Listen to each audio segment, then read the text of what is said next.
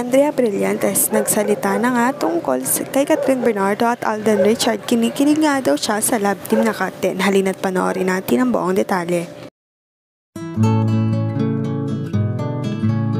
Viral na viral nga ngayon at trending ang Kat10 dahil nga pumunta si Alden Richard sa last birthday celebration ni Kathryn Bernardo dito sa Manila. Nagsalita naman si Andrea Brillantes tungkol sa Kat10. Ayon sa kanya, napanood ko yung video ni Kuya Alden at Ate Kat. Grabe, nakakakilig. Syempre, happy ako for them. Finally, hindi namin kailangan magtago ni DJ. May freedom na kami mag-travel ng magkasama. Aniel is waving. Sana suportahan niyo po kami sa upcoming movie namin. Spread love, guys.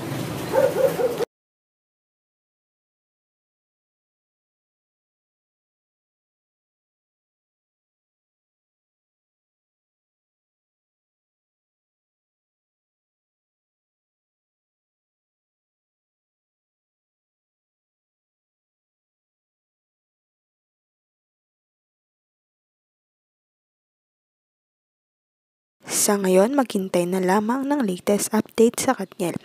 Huwag kalimutang mag-like at subscribe sa aking YouTube channel, Selyang Beats, para updated kayo sa mga balita. Maraming salamat po sa panonood.